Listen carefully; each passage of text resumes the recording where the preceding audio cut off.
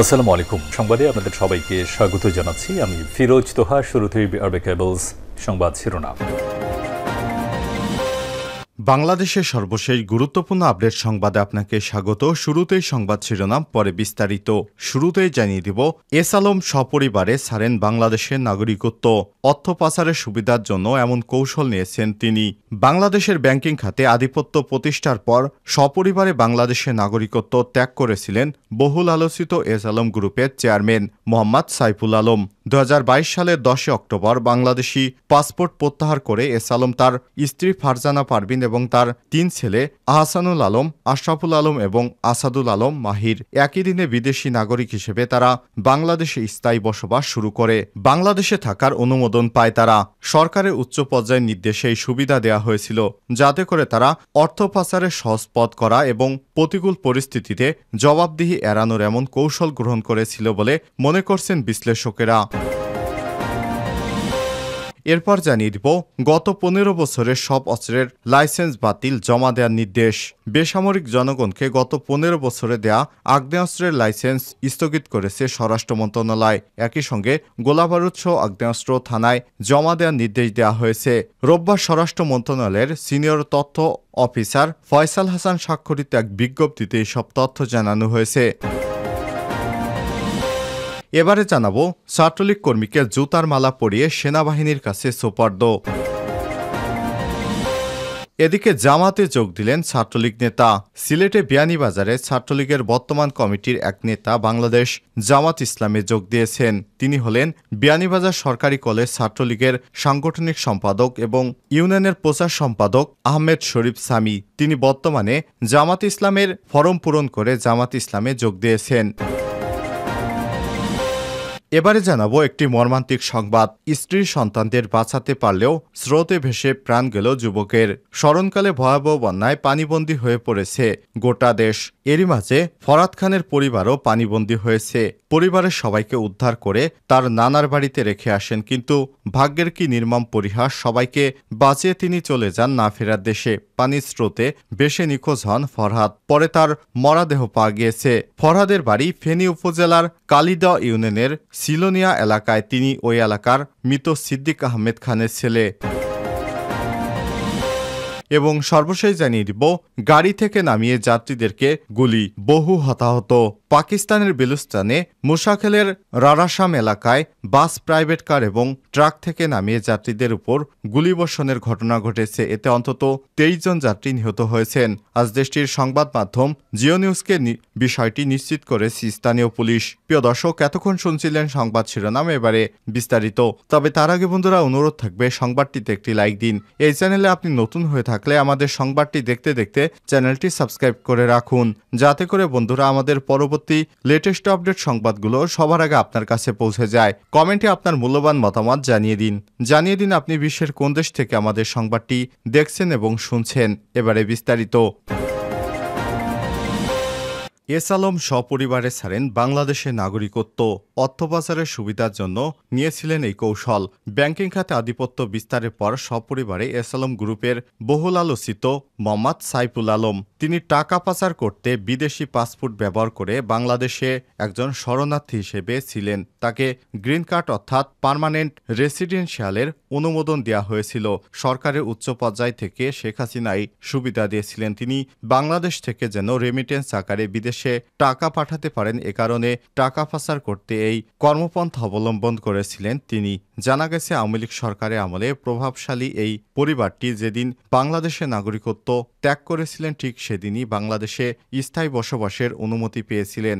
নাগরিকত্ব ত্যাগ এবং স্থায়ী আবাসিক সুবিধা গ্রহণ বাংলাদেশে জটিল প্রক্রিয়া হলেও ক্ষমতার অপব্যবহার করে একই দিন সন্ধ্যায় অতি গোপনে সচিবালয়ে স্বরাষ্ট্র মন্ত্রণালয়ের এই কাজটি করা হয়। নাগরিকত্ব ত্যাগ এবং আবাসিক সুবিধা গ্রহণ করতে হলে পুলিশের বিশেষ শাখা ছাড়পত্র, বিভিন্ন দপ্তরের অনুমতি প্রয়োজন হলে কিভাবে একই দিনে দুটি কাজ সম্পন্ন হলো তা নিয়েও প্রশ্ন তুলেছে আইন বিশেষজ্ঞরা। এস আলম পরিবারকে স্থায়ী বসবাসের অনুমতির নথিতে স্বাক্ষর করেন মোহাম্মদ খায়রুল আলম শেখ। তিনি বর্তমানে সমাজকল্যাণ মন্ত্রণালয়ের সচিব হিসেবে কর্মরত রয়েছেন। তার সঙ্গে যোগাযোগের চেষ্টা করা হলে সাড়া পাওয়া যায়নি। স্থায়ীভাবে বসবাসের আবেদনপত্র অনুযায়ী 2022 সালের 10 অক্টোবর এস আলম এবং তার স্ত্রী ফারজানা পারভিন 3 ছেলে তারা বাংলাদেশে স্থায়ী আবাসিক সুবিধা গ্রহণ করেন এবং বাংলাদেশে কোনো নাগরিকের এই সুবিধা অর্জনের সুযোগ বা প্রয়োজন নেই। নাগরিকত্ব ত্যাগ করেছিলেন বলেই তারা স্থায়ী আবাসিক সুবিধা গ্রহণ করেন। সরকারি নথিপত্র অনুযায়ী তারা ব্যাংক খাত থেকে ঋণ নিয়ে সেই টাকা বিদেশে পাচার করতেন রেমিটেন্স হিসেবে, কারণ এই টাকার তখন আর কোনো হিসাব করা হতো না। বাংলাদেশে এমন কোনো আইন নেই যে বাংলাদেশে বসবাস করে বিদেশে টাকা পাঠালে সেই টাকার হিসাব দিতে হয়। সুতরাং এই অপশনটিকে তিনি কাজে লাগিয়ে বাংলাদেশ থেকে হাজার হাজার কোটি টাকা বিদেশে পাচার করে সিঙ্গাপুরের মতো একটি রাষ্ট্রে এস আলম গ্রুপের কর্ণধর সাইফুল ইসলাম, তিনি সিঙ্গাপুরে 10 নম্বর ধনীদের মধ্যে একজন, যার সমস্ত টাকায় তিনি বাংলাদেশ থেকে অবৈধভাবে সিঙ্গাপুরে নিয়ে ওই দেশে ধনী হয়েছেন। গত 15 বছরে সব অস্ত্রের লাইসেন্স বাতিল জমা দেওয়ার নির্দেশ।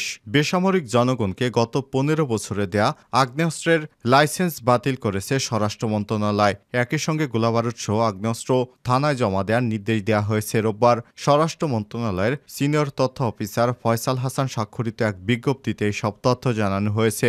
বিজ্ঞপ্তিতে বলা হয়েছে 2009 সালের 6 জানুয়ারি থেকে 2024 সালের 5 আগস্ট পর্যন্ত যেসব আগ্নেয়াস্ত্রের লাইসেন্স বেসামরিক জনগণকে দেয়া হয়েছে তাদের প্রমাণ করা লাইসেন্স স্থগিত করা হলো। এতে আরও বলা হয়েছে আগামী 3 সেপ্টেম্বরের মধ্যে গোলাবারুদ সহ আগ্নেয়াস্ত্র সংশ্লিষ্ট থানায় জমা দেওয়ার অনুরোধ করা হলো। ছাত্রলীগ কর্মীকে জুতার মালা পরিয়ে সেনাবাহিনীর কাছে সোপর্দ। কাজী মোহাম্মদ দানেশ বিজ্ঞান ও প্রযুক্তি বিশ্ববিদ্যালয় হাবিপ্রবি শাখা ছাত্রলীগের এক কর্মীকে জুতার মালা পরানো হয়েছে। সাধারণ শিক্ষার্থীদের উপর হামলার সঙ্গে জড়িত থাকার অভিযোগে সাকিব নামে ওই ছাত্রলীগ কর্মীকে জুতার মালা পরিয়ে তাকে সেনাবাহিনীর হাতে তুলে দেয় বিক্ষুব্ধ শিক্ষার্থীরা।